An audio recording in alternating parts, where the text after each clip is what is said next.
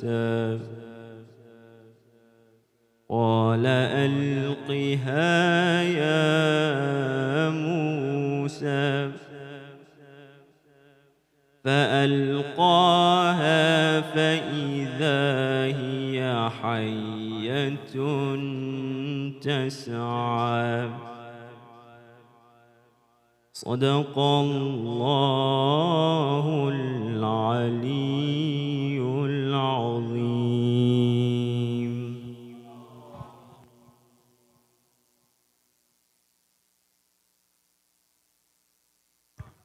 Thank you, Brother Muhammad, for that beautiful citation. Can we get one more loud Salli ala Muhammad wa ali Muhammad? Allah. So just a quick announcement, just a quick two announcements before the speech, inshallah. Firstly, there is an art exhibit that is going to be happening right now and also after the program. It will be in Hall 103. So if you are interested, thank you. If you would like to go check that out, please do.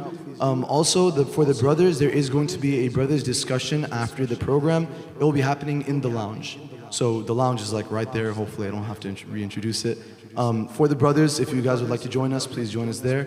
And lastly, one more time, we want to thank so much for our Sheikh for coming here and blessing us with his time. It is his last night here. So this is going to be his last lecture series entitled From Ashura to the Dhuhr. Once again, thank you so much. And on behalf of the SABA team, if there's anything that we did that wasn't, optimal, we apologize. So please, as we move forward, invite our Sheikh with the loud Salli ala Muhammad wa ali Muhammad. Allah.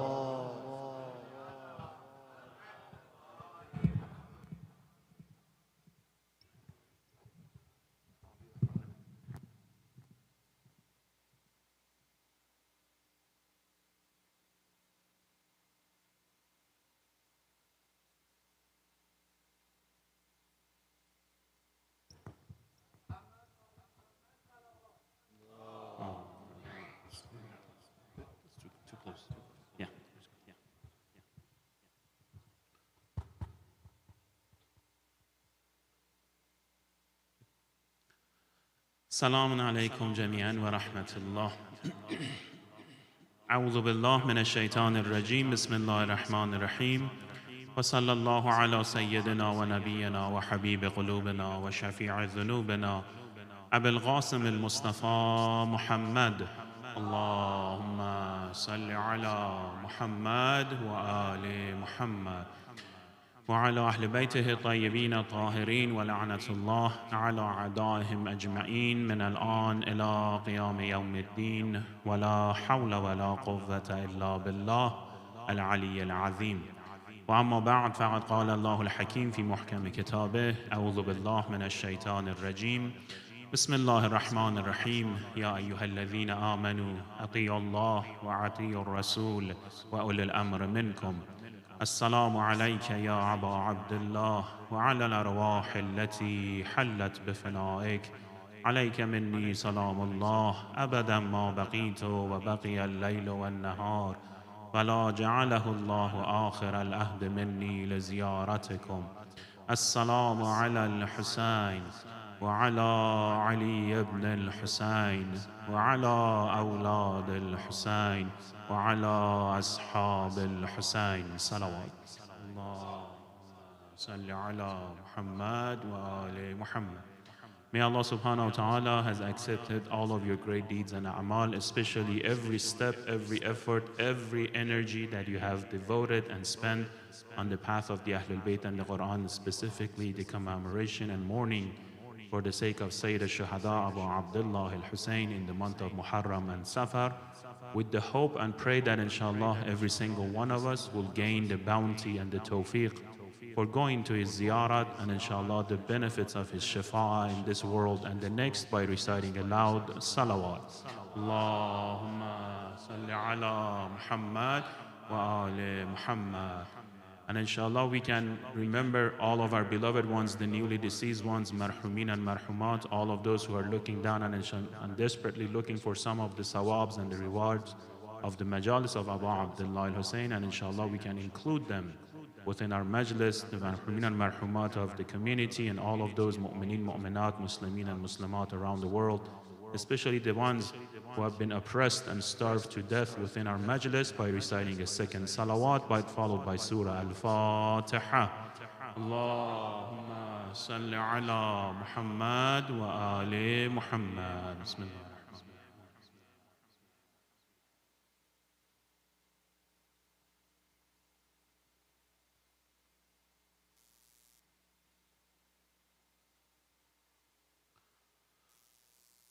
And inshallah, we can sincere our intention with full amount of energy, motivation, and devotion. As a sign of invitation, we can call our third salawat in the honor of our Imam of time, Hazrat Sahib al-Asr wal-Zaman, Ajjalallah ta'ala farajahu al-Sharif. Allahumma salli ala Muhammad wa ali Muhammad.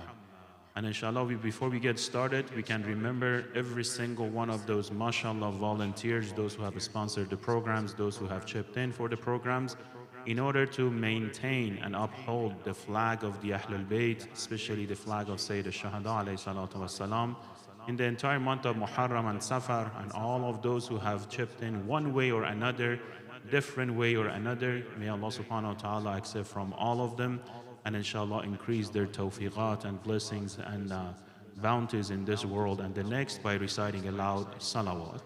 Allahumma salli ala Muhammad wa ali Muhammad.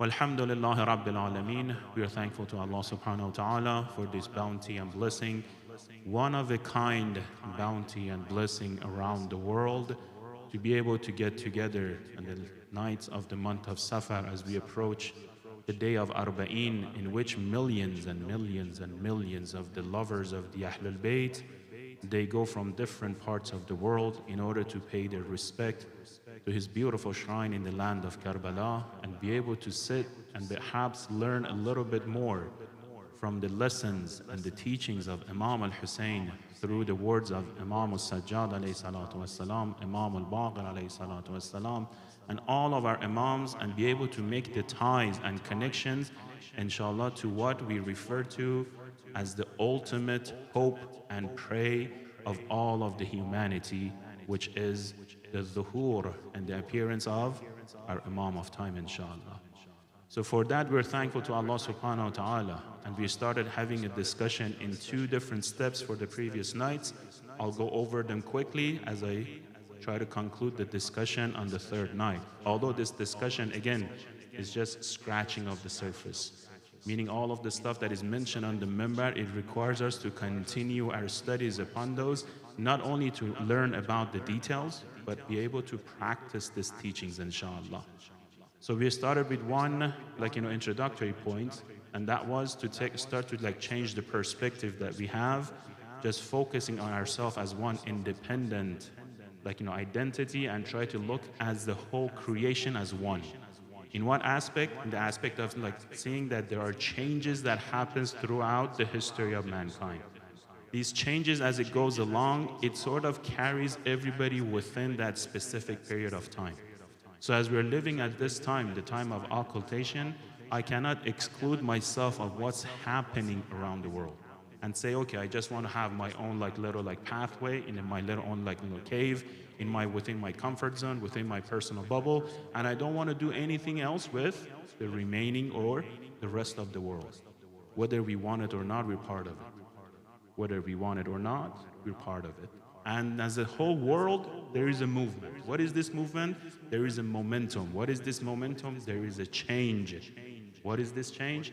A change that is going and taking the creation of Allah subhanahu wa ta'ala towards the purpose in which Allah has created the entire creation. That's why I say we don't have any choice whether we want it or not. لا يمكن الفرار من حكومتك. Right? So it is moving. It is going towards the purpose of creation. What was the purpose of creation? One and only one purpose. What is that purpose? For literally speaking, everybody to worship Allah subhanahu wa ta'ala.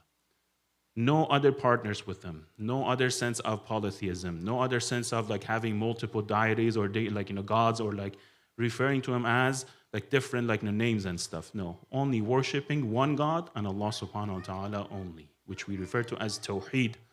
monotheism. So that's how we see the world is changing as the days go by, as the months go by, as the years go by, and we can refer back all the way to the time of Ashura and how it started to, like, sort in a sense of resemble itself in this way. The movement of Imam al-Hussein was a starting point to make that awakening call, to make that awakening call to every single human being that we see today, in order to make their fitrah, their innate nature, to wake up. For what reason? We talked about this, that it was not only to serve justice, but serving justice was one of the muqaddamat, one of the prerequisites of the ultimate goal. What is the ultimate goal? What do we want to accomplish when the true justice is served? We want to reach our perfection. What is our perfection? Our perfection is to be able to become a sincere, 100% monotheistic person, a true believer, not a believer by title, not a believer by birth, not a believer by through our parents, not a believer by how we refer to ourselves, but a true sense of believer, a true mu'min, which Allah subhanahu wa ta'ala describes in the Quran and says, Ya ayyuhalladhina amanu, aminu. Oh, those who claim to be believers, start to believe. Become believers, right? So there are different stages of faith. So that becomes the ultimate goal. That becomes the ultimate purpose. Now, on the pathway towards this ultimate purpose, we see the changes. And we see as we get closer and closer and closer to the end times, or what we refer to as akhir al-zaman, this thirst for walking towards that, like, perfection, for that prosperity, becomes something that it will be demanded by the entire humanity, or the majority of the humanity. Not only Muslimin and Muslimat, not only Mu'minin and Mu'minat, but the entire of humanity. And that's what we refer to as the soul of the societies, as the soul of, you can say, countries, as the soul of, like, communities. Again, whether we want it or not, we're part of it. So I have to make sure, as this changes is happening as a whole, like, what am I doing within these changes? Can I do something in order to like speed up the changes within at least my personal level, or maybe my family level, or maybe even higher within the community that I live with? And all of these changes will result in a higher speed of the society as it changes, right? As a one whole and one, like, complete unit. Which is why we've been trying to learn lessons from the movement of Imam al-Hussein alayhi salatu wasalam in reference to the topic of zuhur, the topic of appearance of our Imam of time. And then be able to at least apply them within our modern life or today's life living. Otherwise, again, it will be just merely amount of information that we are receiving. And that's not the whole cause of these majalises. The reason that we come to a majlis, and the reason we end the majlis with masa'ib, and the reason that we constantly go back to the teachings of the Ahlul Bayt through the spices or the spices of masa'ib, is to make sure that our heart actually opens up towards those teachings. A lot of times, we get criticized, like, why do you guys cry so much? It's like, every time we talk about the Ahlul Bayt, you want to have Masa'ib, Muharram and Safar, everybody wears black, why do you beat your chest? All of these questions that comes about can be simply answered. What's the answer? It's like all of these deeds that we do. Number one, part of it's from the culture, part of it's from the sunnah. Number two, the part that is from the culture or the sunnah are all as a prerequisite for what? For our heart to open up. For our heart to be able to grasp the teachings of the Ahlul Bayt, for our heart to be able to practice what they've told us. And we do all of this stuff to gain that cleansing of a soul as a first step in order to build our soul in a format of true iman, in a format of a true faith. That's why we always come back to the majalis of the Ahlul Bayt. I may not be a good person, I may not be a good follower of the Ahlul Bayt, but at least I can hold on to the Ahlul Bayt. As long as I'm holding on, the effects will come about. This whole principle of mawaddah. وَاللَّهَ أَسْأَلُكُمُ الْأَجْرَ إِلَّا الْمَوَدَّةَ فِي الْقُرْبَى. This principle of mawaddah is one of the most interesting one of the most hopeful principles that we have in the religion of Islam. That mawaddah by itself becomes the means in which will take us to where we probably would not even imagine to reach. And we see this principle within the ashab of Sayyid al-Shahada. We look at their background, we see they come from a different background. They come from a different set of background completely. Some of them are pioneers of Islam. Some of them are well known. Some of them are warriors. Some of them are learned. Some of them are like, for example, from the family of Abu Abdullah al-Hussein. Some of them are, like literally speaking, nobody of their time. Some of them are actually servants at their time, meaning even from coming from a lower social status. But despite of who they are and what their background is, all of them were able to join and gain the status of the ashab, the one that for 1400 years, whoever has gone to the ziyarat of Karbala, as they go to the ziyarat of Imam al-Hussein, they come out, they go to the ziyarat of ashab. And what do we say to them? Assalamu alaikum ya ansar Allah, bi abi antum wa ummi.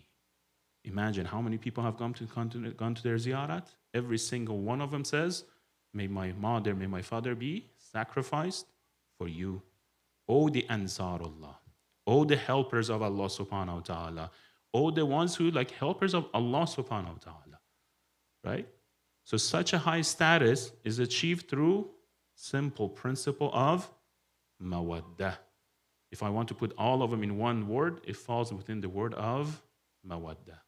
And that's what we have to focus on. Because we all have this, concept of mawaddah within our heart. Why? Because we're human beings. We have this likings. We have this loving. We have this sense of being passionate. We have this sense of going after what we like. Going after what we like is rooted from the very same concept of mawaddah.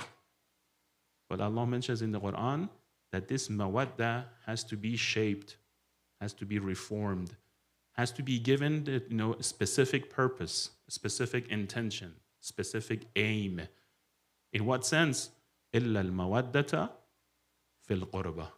In the sense of expressing our mawaddah, expressing our caring, expressing our love and passion only for one thing. What is that one thing? فِي الْقُرْبَةِ. In those who are the closest and closest and closest to Allah subhanahu wa ta'ala. Referring to Ahlul Bayt alayhi salatu wassalam.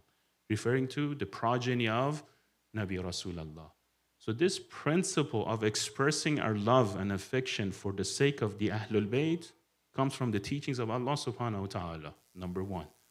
Now, number two is a matter of looking at the different examples or applications of this mawaddah. When we talk about the mawaddah fil qurba, is it only the Ahlul Bayt? Or no, it actually expands and includes all of those who are on the path of the Ahlul Bayt. We express it towards the ashab, right? We express it towards the ashab of Sayyid al-Shuhada. Would it stop there or would it continue to grow? If it continues to grow, as I express my mawaddah, right? To what extent am I supposed to express? One.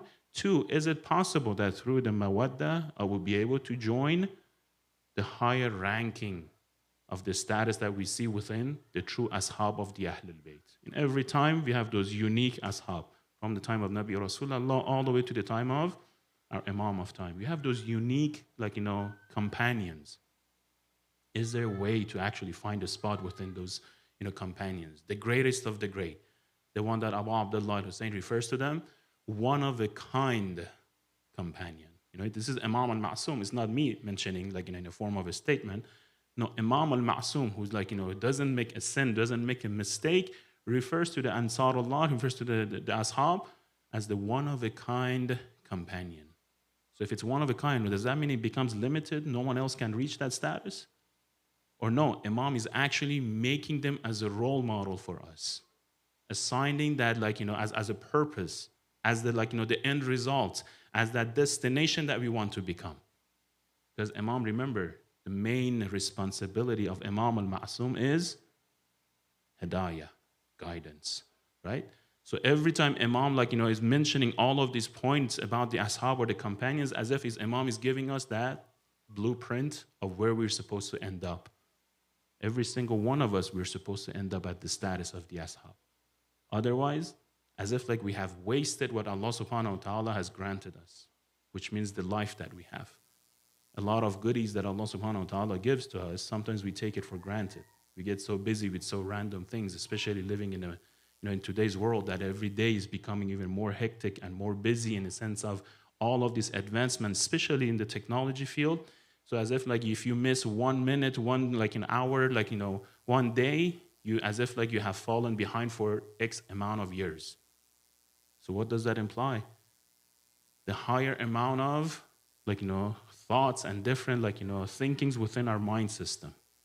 So but as we get busier and busier and busier with our daily like chores and like responsibilities, how much time do we actually spend on focusing on our like real objective of living in this world? Sometimes we look at it in a sense as, okay, like putting the bread on the table is part of our responsibility. Yes, that's part of it. To what extent is the question. And to what extent I expand my time and I focus on what is actually more priority for my life in terms of the reality that I'm living in. Remember the topic of last night? One of the signs of the, having this love of the dunya, the hubb of dunya, the one that we refer to as was the main cause of those who lined up against Imam al-Hussein. What was it? The hubb of dunya. They could not say no to their personal desires. And because they could not say no to their personal desires, they mobilized against the very same grandson of their own Prophet of Islam, and they were competing one another. It's easy to talk about afterwards, but we have to picture it within our own time. If I'm constantly picking and I'm constantly like going after what I like more than what Allah subhanahu wa ta'ala is asking me, I'm no different than those people who made the decision of joining the side of Umar Asad or like Ubaidullah. Why? They did the same thing. They wanted something of the dunya. They wanted some extra, perhaps like dollars or whatever, like dirham and dinar of that time. And you'd be surprised. Some of them even for like, 2 hands full of like wheats and like barley. They were getting ready to be on the side of Ibn Ziyad. It's not like they didn't have the need. No, they had the need. It's not like they didn't know what are they doing. They knew what they were doing. Look at the maqatil. How many of them were ashamed even as they were committing the acts? How many of them were crying as they were committing the acts? But they were still doing it. So isn't that contradiction? It's the same contradiction that we face today. And what was the sign of it? The sign is when I prioritize the worldly, the mundane worldly matters over what is actually the spiritual matters, what Allah subhanahu wa ta'ala has told me. When it comes to wajibat, how do I look at the wajibat? The minute I hear the word wajib, it is wajib for me to do my salat. It is wajib for me to do my fasting. It is wajib for me to go, for example, pay my khums and zakat. It is wajib for me to have the hijab. It is wajib for me, for example, to do amr bil ma'ruf and nahi az munkar. The minute I hear wajib, what ignites in my heart? What ignites in my mind? If it's, that's a responsibility. Let me just get it over with, right? The bare minimum. That means what? The love of the dunya has already taken over my heart. The love of the dunya has already taken over my heart. Why? Because I want to get rid of what is actually going to remain with me forever in a split of a second so I can have more time going after what I desire for. So that's what we refer to as the love of the dunya. Right? One of the signs was this one. When we mess up on the priorities. We talked about the signs of the love of the dunya last night. Today, let's go focus on the solution. Because we know, again, none of us are ma'asum. Inshallah, if anybody's ma'asum in the crowd, inshallah, does a prayer for all of us. Hopefully, we can gain the status of the hereafter, inshallah, in heaven. None of us are ma'asum. We all have different problems, different mistakes. Obviously, we all come from a different background. But alhamdulillah, we are blessed to be able to sit at the majlis with the name of Imam al-Hussein. That by itself is a sign. What is the sign? That Allah subhanahu wa ta'ala has granted us the permission to be able to walk the path of taqwa and piety, the path of cleansing of our soul. So alhamdulillah for that. Now let's take it one step further.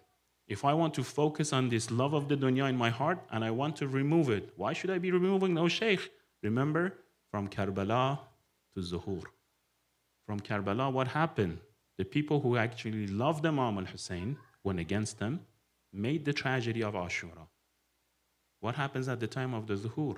When the Zuhur happens, when the appearance happens, what is the guarantee? What is the assurance that we, speaker included, right? We would not make another event of Ashura happening. If I have not worked on myself, if I have not prepared myself, if I have not practiced on how to control the love of the dunya that is in every single one of our hearts, what will be the assurance when the greatest of the test comes about? I'll fall on the right side. So it's a stressful situation, but I can prepare for it. And this preparation for the zuhur is what we actually refer to as intizar. Intizar is not just to sit around and say, okay, Allahumma ajjal li waliyik al-faraj. No, Allahumma ajjal li waliyik al-faraj. Again, remember the dua, the concept of dua within our religion is not merely the words. It's doing action in a format, in the pathway of making like the ground or the circumstances ready for that supplication to be answered. Very simple, we do this, right? A lot of times when we want a better career, we always ask Allah subhanahu wa ta'ala, oh, Allah grant me that job, I want this other job, I want this other job, why gives me like more money? But if I constantly be doing du'as, I don't put the resume online, I don't edit my resume, I don't get my network out, I don't do all of this like posts, I don't apply to the jobs. Is the job is just going to come and knock on my door? If the job comes and knock on my door, that job is probably not the job that I want, right? The same thing when it comes to Allahumma ajjal li waliyik al-faraj. We're doing the dua, we're doing in a group form, like effort, but we have to also back it up with the action. What are the actions for Allahumma ajjal li waliyik al-faraj? Preparation for the appearance. Preparation in what sense? That when inshallah the Imam of time appears, when the teachings of the Imam of time comes, I should be able to obey and follow the teachings of our Imam of time. Ya ayyuhalladhina amanu atiyu Allah wa atiyu Rasul wa ulil amr minkum. Okay, we're clear so far? Yes.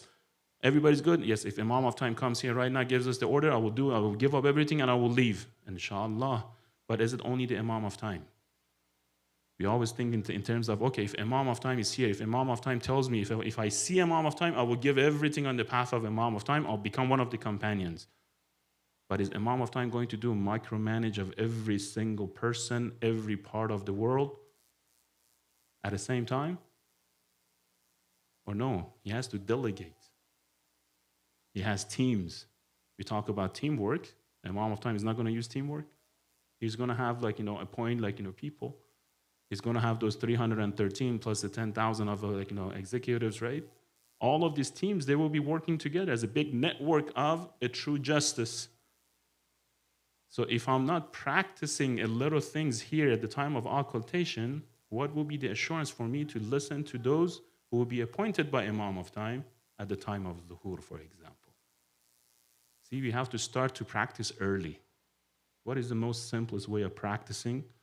Is to go according to what we have from the teachings of the Ahlul Bayt. All of the ahadith that we have, the ayahs of the Quran, right? Even like this shara'i, like rulings that we have. When it comes to the fiqh that we have, the jurisprudence, a lot of times we start looking for different ways to get away from what is our responsibilities. Sometimes we look for the loopholes, sometimes we look for exceptions, sometimes we say, oh, this ruling doesn't apply to me. Sometimes we even look at it as, oh, they may not have understood this correctly. How can a Marja sitting all the way around the world in the corner of his house can know what I actually want in my life? These are the common criticisms, right? Recite a salawat. Salli ala Muhammad wa ali Muhammad. So what does that bring us back to? That I have not been able to practice the very simple teachings of my faith or religion, right? In this scope.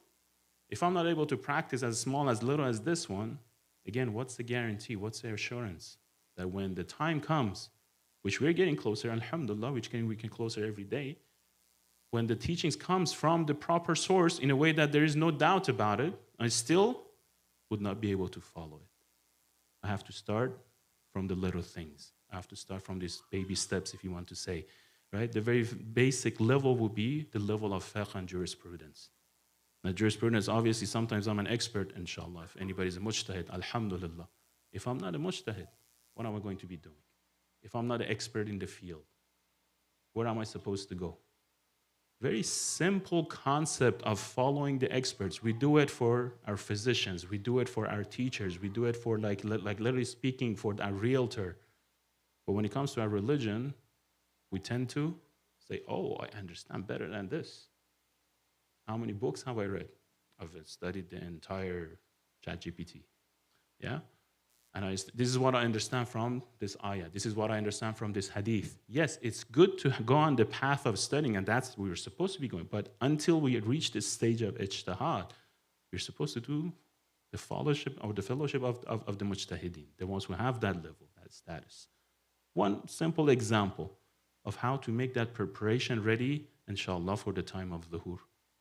Now, there's other aspect of this one in which it talks about specifically what to do in order to prepare and like remove that love of the dunya, remove that affection of the dunya from our hearts. There is a beautiful hadith, inshallah, by reciting a salawat, we'll go on the hadith. Allah salli ala Muhammad. This hadith, it says, usul mu'amalat ad-dunya sab'a. The way we want to contradict and like sort of interact with the dunya falls within 7 categories. What are the 7? Number 1, ar-ridha bid-dun. To be content with less. To be content with less. So take this contentment with less and let's apply it to our daily lives. In all of the decisions we make per day, how much of those or how many of those decisions actually we look for the less, and how much do we look the max? We always want the more the merrier.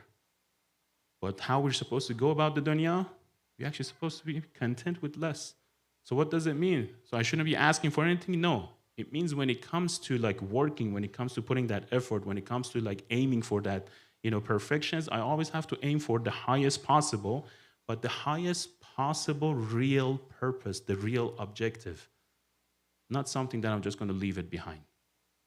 Not something that is just going to become a barrier on my shoulder. Not something that I cannot even take it with me. Remember the example of a pin, the needle? How the alim was telling him, like, I'll give you a pin. You take the pin to the day of Qiyamah and just wave it in the sky so I can find you and I come to your rescue. The brother was saying, how am I going to take a pin with me to the day of Qiyamah? If you cannot take a pin with you to the day of Qiyamah, what are you going to do with all of this stuff that you have gathered around? Getting ready for it. So ar-ridha bid-dun, when it comes for myself, to be content with less. What about the second one? The second one is wal-itharu bil-mawjud. Be content for less for myself. 2, to be able to give away from what I have. Practicing of giving away of what we have. Now this sometimes becomes like, it sounds easy, but when it comes to actions, and that's why we always have the problem. We can talk about it, so many lectures. Oh, ithar is good, giving away is good, sacrificing is good. We talk about Imam al-Hussein, we talk about Ashab, we talk about the members of Bani Hashim, how much they have given their everything, their entire life, their entire belongings for the sake of Allah subhanahu wa ta'ala. But when we want to practice, our hands start to shake. We start to have double thoughts. We start to go back and we start to like keep on calculating and calculating and calculating. Oh, if I give away like $100 right now, with the $100 I can do so many investments. So inshallah, if Allah gives me life with the $100 that I invest, I will give back to the masjid like, I don't know, $1,000, $2,000, $3,000 within a couple of months. So is that a valid argument? Or that's merely the words of someone named Shaitan in our mind? Why? Because of whatever good thing we try to do, this Shaitan doesn't stay behind. It's not like he opens a path for us. No. From the moment we make the intention to the moment that the will comes or that affection of the deed comes, the Shaitan is working against it. So when I want to do the intention, it's like, who's going to become rich by $100? Like what a masjid is going to do with $100, right? For example. I say, no, even $100 counts. Like, look at the number of the people, like, singles, like dime by dime, like drop by drop, it's going to make an ocean.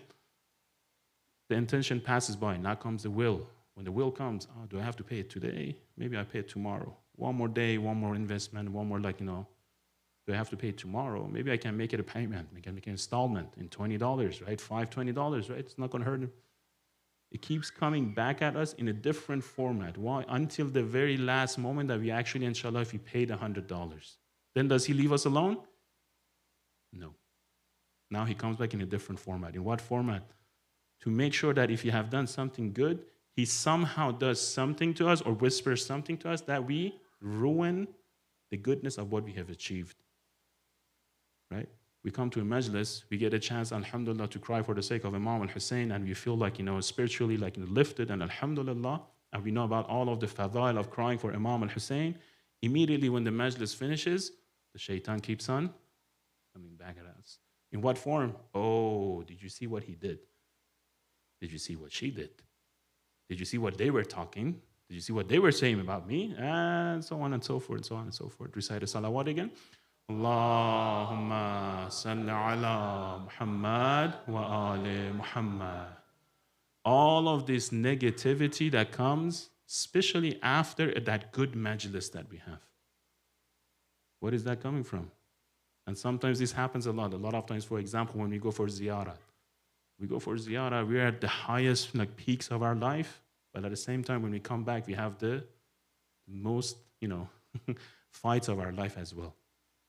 So we do something good, but immediately we ruin the results of it. Why? Shaitan doesn't stop. It's not like he's he's going to give us a break. No, he has taken his oath, right, on Allah subhanahu wa ta'ala, that he's going to make sure every single one of us will be diverted from the right path. Now, a lot of times we don't need the shaitan, mashallah, when we have ourselves, right? We don't want to get to the shaitan. Shaitan, usually when we talk about him, he goes after the big guys. He goes after the anbiya, the ulul azm. He goes after Nabi Ibrahim. He goes after Nabi Isa, Nabi like Musa, right? He goes after the big ones. For us, again, as long as we have those personal desires, as long as we have that love of the dunya, as long as we are missing on the priorities of what is actually the realistic thing for us to maintain, there is no need for shaitan. He just does macro management from far distance, and he makes sure we just go according to what we desire. That will be the great path. So what's the way to alternate? What's the way to defend him? One, as we mentioned, ar-ridha, right, bil-qalil, like to be content with less. Two, wal-ithara bil-mawjud, to get in the habit of giving away what we keep for ourselves, right? To be able to give away for the sake of Allah subhanahu wa ta'ala, to be able to give away for the sake of our hereafter, inshallah.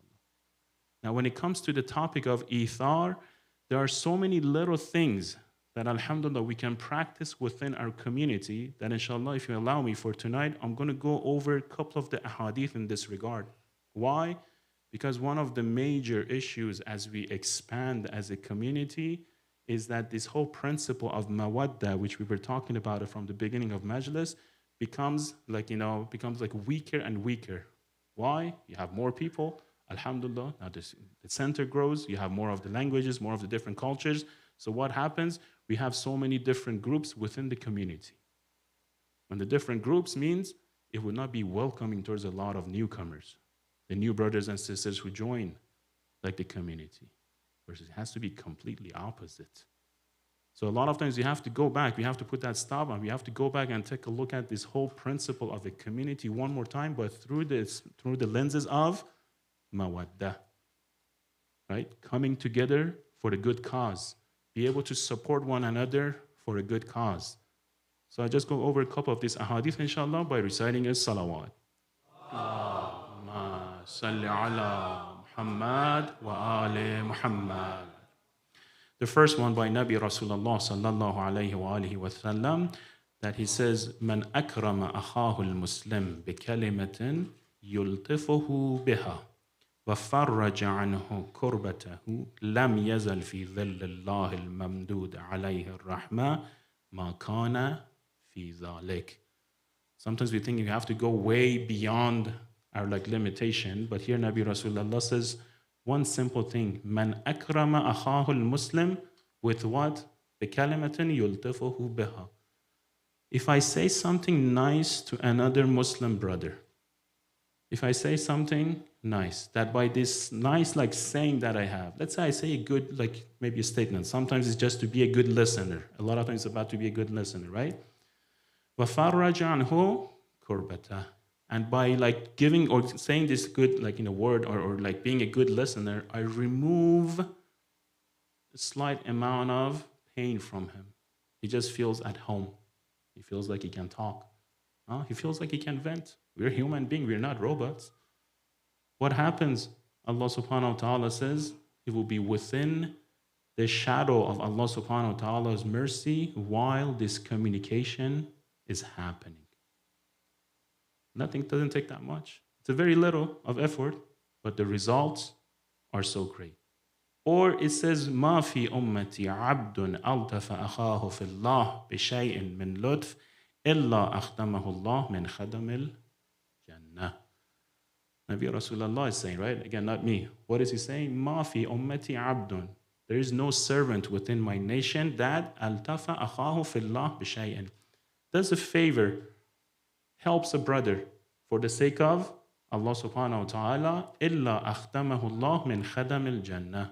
Except that Allah actually appoints for the amount of the help and the assistance that he or she has provided for the he and she of the faith, of the khadama, of the servants of the heaven. It's like sometimes like, oh, another problem, another issue, another request. No, change the perspective. That one little effort we take, Allah subhanahu wa ta'ala is giving us all of this helpers, if you want to say, in Jannah. Another one, أيما مسلم خدم قوما من المسلمين إلا أعطاه الله مثل عددهم خداما في الجنة. It's like sometimes you want to help and like it takes a group effort. For the number of those people who come together to help one another or like another Muslim, Allah subhanahu wa ta'ala gives them khuddam, gives them the servants of the heaven. Imam al-Sadiq alayhi salatu wassalam, من اللهم صل على محمد وآل محمد من أخذ من وجه أخيه المؤمن غضاة كتب الله عز وجل له 10 حسنات. Sometimes we see each other after a long day, we're saying Salaam alaikum, alaikum assalam. Imam al-Sadiq says the one who removes something from the face of a brother. Let's say there's like, I don't know, a piece of garbage, maybe like you're driving, something has stuck to your ammama or your clothes or something, right? What does the Imam says? كتب الله عز وجل له 10 حسنات. Allah writes 10 of the hasanat for him. ومن تبسم في وجه أخيه كانت له حسنة. Not even doing anything, but just having the smile in welcoming another brother. Allah writes a hasana for that one. من قال لأخيه مرحبا كتب الله له مرحبا إلى يوم القيامة. This is the one is strange hadith in terms of the logical thinking that we have. Allah says like the one who tells to another brother marhaba, no? Oh, great job, mashallah. What does Allah subhanahu wa ta'ala write for us? Marhaba, but till when? Till the day of Qiyamah. You say it once, Allah keeps on writing and writing and writing. Marhaba, marhaba, marhaba, marhaba, all the way to day of Qiyamah. Something simple, but all of it is reflecting on how we actually welcome one another.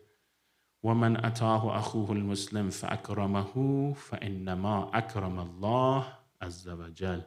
See, it goes higher and higher. Right? As our Imam is telling us, the one who does ikram to another Muslim, it's not like they're doing ikram to the Muslim, but akram Allah.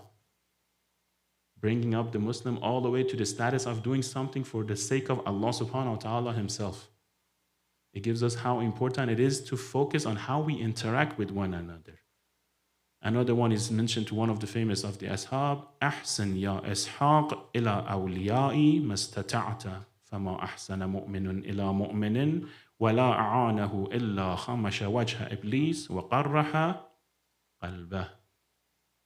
He says, do good towards the awliya Allah. Why? Because whatever you do, sometimes you say, I may not be able to do much, doesn't matter. Whatever we do, it actually forms a punching bag towards a big fella shaitan, right? وَقَرَّهَ قَلْبَهُ وَإِلَّا خَمَشَ وَجْهُ إِبْلِيسِ وَقَرَّهَ قَلْبَهُ. It breaks the heart of the Iblis, and as if like you're scratching the face of the shaitan. Now this is when we welcome, when we like focus on our interactions towards one another. Now there is a higher stage of this one. And what is that? When the heaven becomes wajib, when heaven becomes mandatory for us. When is that? من أخذ للمظلوم من الظالم كان معي في الجنة مصاحبا. Nabi Rasulullah mentions this one, yes? The one, من أخذ للمظلوم من الظالم. The one who's able to get the rights of a mazlum from zalim. كان معي في الجنة مصاحبا. He or she will be with me, Nabi Rasulullah, in heaven. in heaven. It tells us about our responsibility and how much room for growth we have. We take a look at around the world what's happening every day, every night. We see the acts of oppression happening. We see innocent women and children being killed for no reason, being starved to death for no reason. It's not like they don't have enough resources. No, they have so much help, so much aid, but because of a blockade that is going around, they're not allowing the simple needs of these innocent women and children getting to them. So what do we do about it? Do we just close our eyes towards it? Or do we do something about it? Do we want to be part of this hadith, the ones who gain the status of the companionship of Nabi Rasulullah in the hereafter? Or no, I just let it go by myself and hope for the best.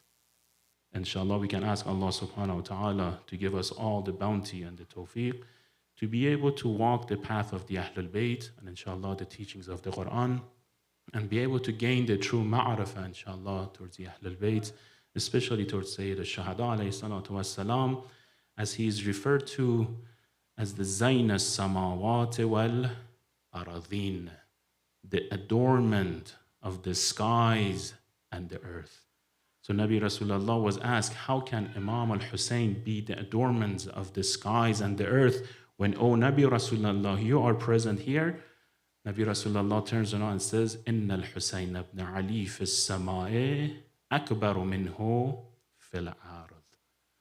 Imam al-Hussein, that we know him and we always express our love for him, is more well known in the skies than what we know on the planet Earth. The words of Nabi Rasulullah. Inshallah, we can take a moment, go to the land of Karbala, and inshallah, we can express our respect for the grandson of Nabi Rasulullah, the one that we refer to him as Safinatun Najah, the Ark of Salvation, as the Babullah, Rahmatul Wasi'ah, as the gateway towards the Rahmatullah al-Wasi'ah, the mercy of Allah subhanahu wa ta'ala as is expended.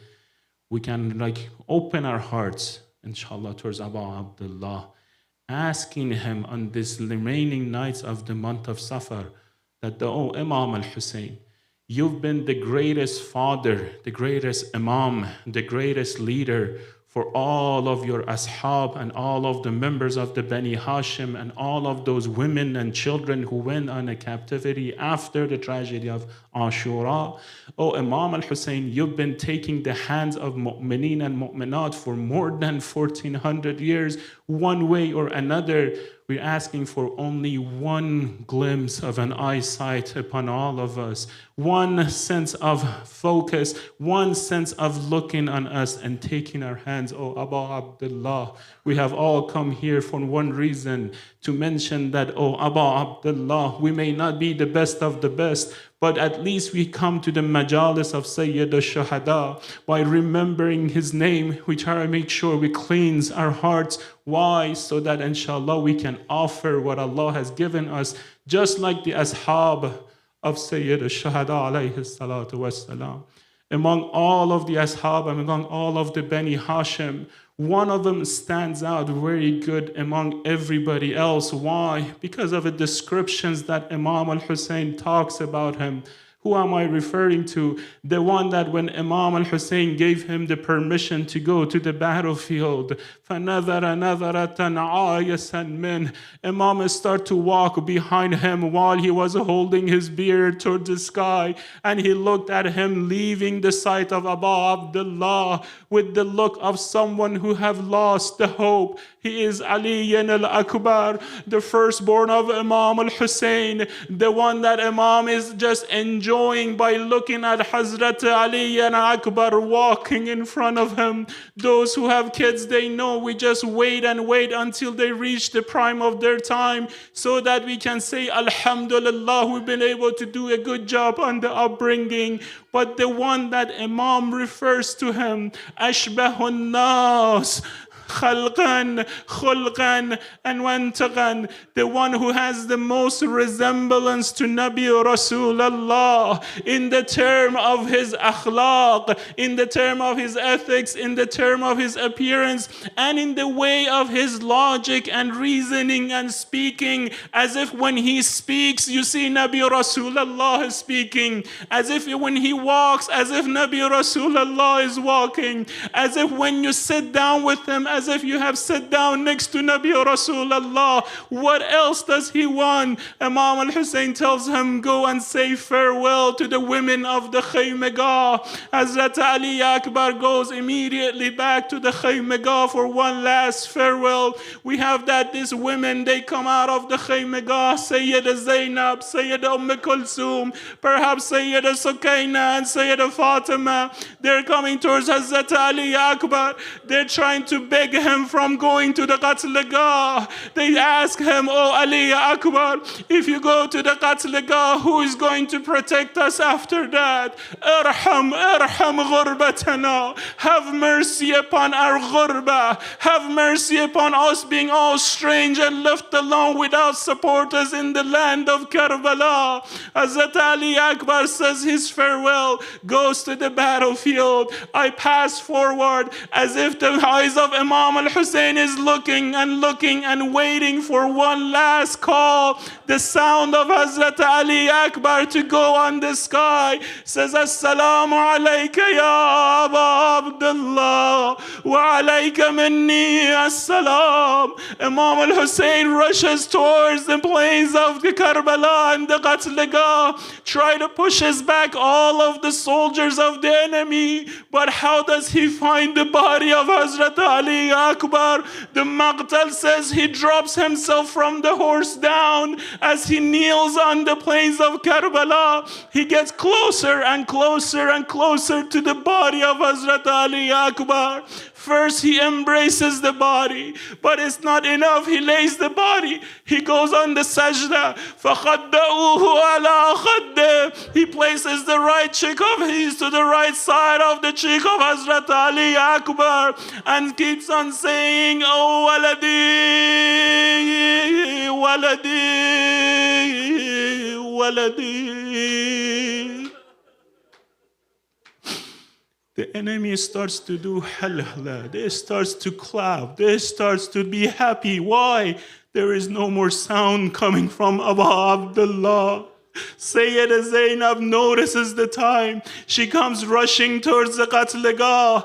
Abu Abdullah, the Ghayratullah, he stands up, holds on to Sayyida Zainab. Oh my dear sister, this is not the scene that you want to see. What has happened to the body of Hazrat Ali Akbar? As Imam al-Hussein is bringing back Sayyida Zainab, he shouts out, Oh the youth of Bani Hashim, oh the young and the youth of Bani Hashim, come and fetch the body of your cousin Hazrat Ali Akbar. They question this one. How many people do you need to bring one body back? Because it was not one body in one format. It was the body that it went towards the enemy. فَقَطَّعُوهُ بِالسُّيُوفِ إِرْبًا إِرْبًا. The body of the one who was the أشبه الناس لرسوله خلقا خلقا ومنطقا, being cut off to different pieces as Imam was looking at the strikes of the swords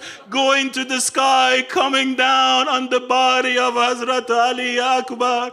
But oh Abu Abdullah, la yawm ka yawmika ya Abu Abdullah.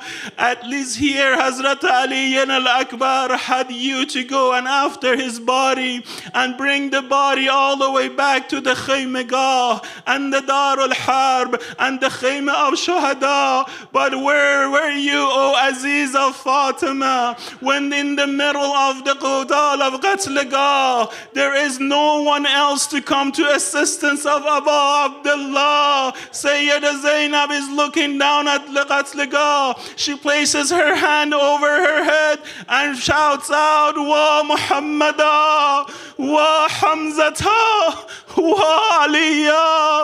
أما فيكم Muslim? Any more Muslim among you? O the enemies of Allah. والشمر جالس على صدره, and Shimr is sitting on the chest of Abu Abdullah.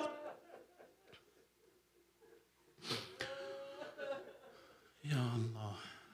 Inna lillahi wa inna ilayhi raji'un. وسيعلم الذين ظلموا أي منقلب ينقلبون. السلام عليك يا أبا عبد الله وعلى الأرواح التي حلت بفنائك. عليك مني سلام الله أبدا ما بقيت وبقي الليل والنهار، ولا جعله الله آخر العهد مني لزيارتكم. السلام على الحسين وعلى علي بن وعلى أولاد الحسين وعلى أصحاب.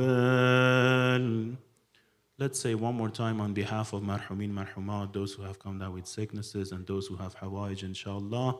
Assalamu ala wa ala Ali ibn wa ala awlad وعلى أصحاب. اللهم إنا نسألك وندعوك باسمك العظيم الأعظم الأعز الأجل الأكرم إلهي بحق محمد وعلي وفاطمة والحسن والحسين وتسعة المعصومين من ذرية الحسين. يا الله يا الله يا الله يا الله يا الله يا الله يا الله. اللهم عجل لوليك الفرج والعافية والنصر واجعلنا من أعوانه وأنصاره وأخص شيعته.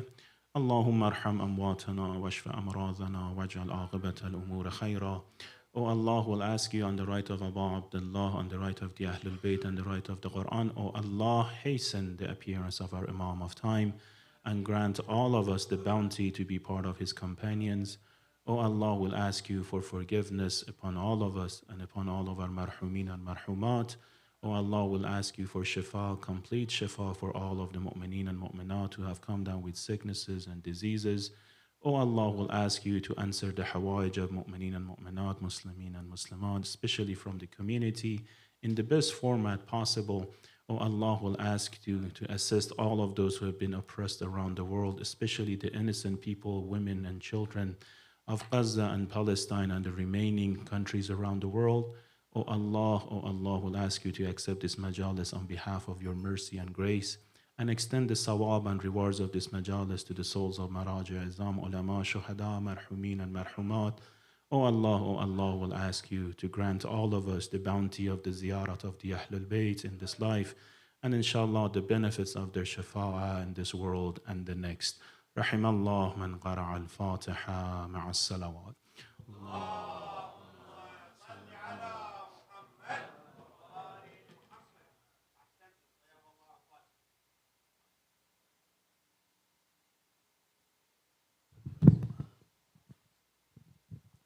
Ya Hussein, Ya Hussein, Ya Hussein, Ya Hussein.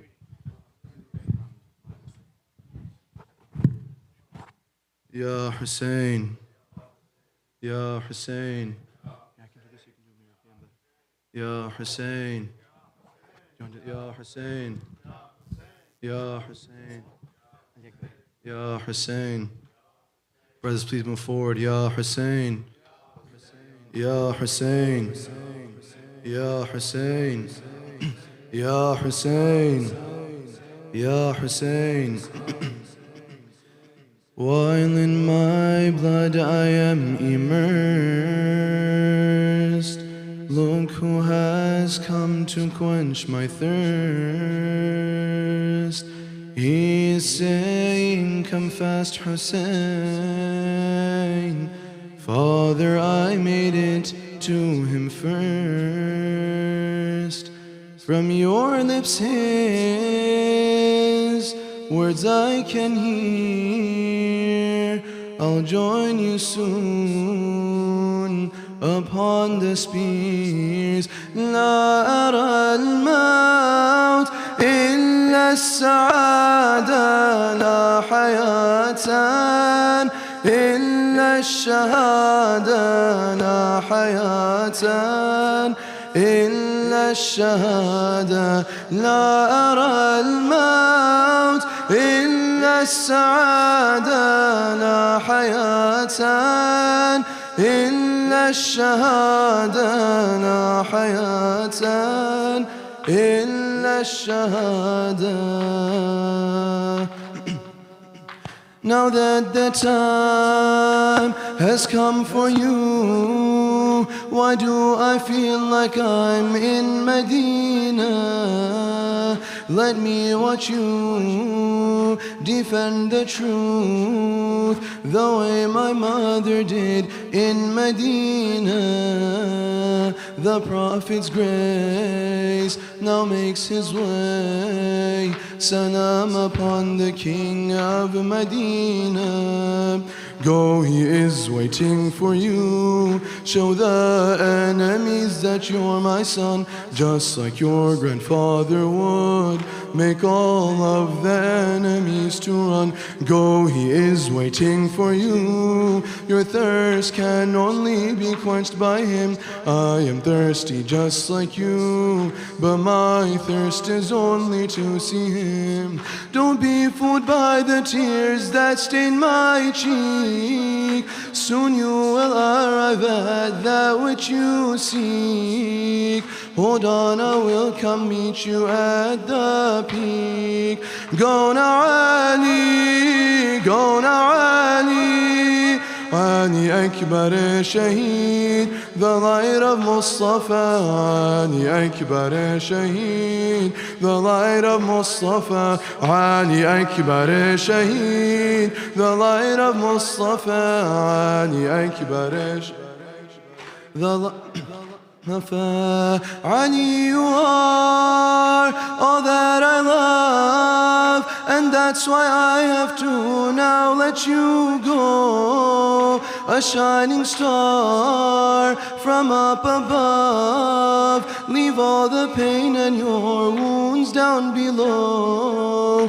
Don't go too far, but don't give up. I want to see you shine, this you should know. Your father is torn apart. For God, all your pain will come with ease. When you fall, your life will start, and you will smell heavenly breeze. Ride away and make me proud. Ali, please don't leave father so fast. Today the sand will be your shroud, and you can drink from the pond at last. Painful to see you go, can you blame me? Your father is attached, don't come tame me. This love is rooted in the love of Nabi. Go now, Ali, go now, Ali. Ali Akbar Shaheed, the light of Mustafa. Ali Akbar Shaheed, the light of Mustafa. Ali Akbar Shaheed, the light of Mustafa. Ali Akbar. Inside the tent, they all implore, Ali, come walk in front of us once more. You leaving burns us from the core. You are truly all that Hussein adores. Our hearts feel feel heavy and sore, as though we've been left stranded on the shore. Now the ocean has dried up, so now what is left for our Hussein? Ali will now drink from the cup. Salam on the lips of our Hussein. All that's left are these pieces. Oh youth, come and help Uncle Hussein. Look at Zainab, how she is, consoling the sorrowful Hussein. How can I lift up your trampled body? How do I bring you back so no one sees? Sakina will be stricken with much grief. Come back Ali, come back Ali. Ali Akbar Shaheed, the light of Mustafa. Ali Akbar Shaheed, the light of Mustafa.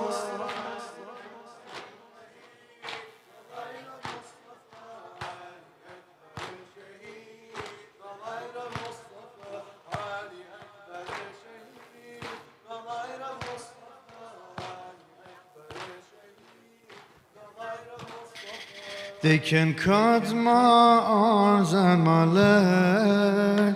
They can take everything that I have. They can cut my arms and my leg. They can take everything that I have. I will come crawling to you, Hussein. I will come crawling to you, Hussein. I will come crawling to you.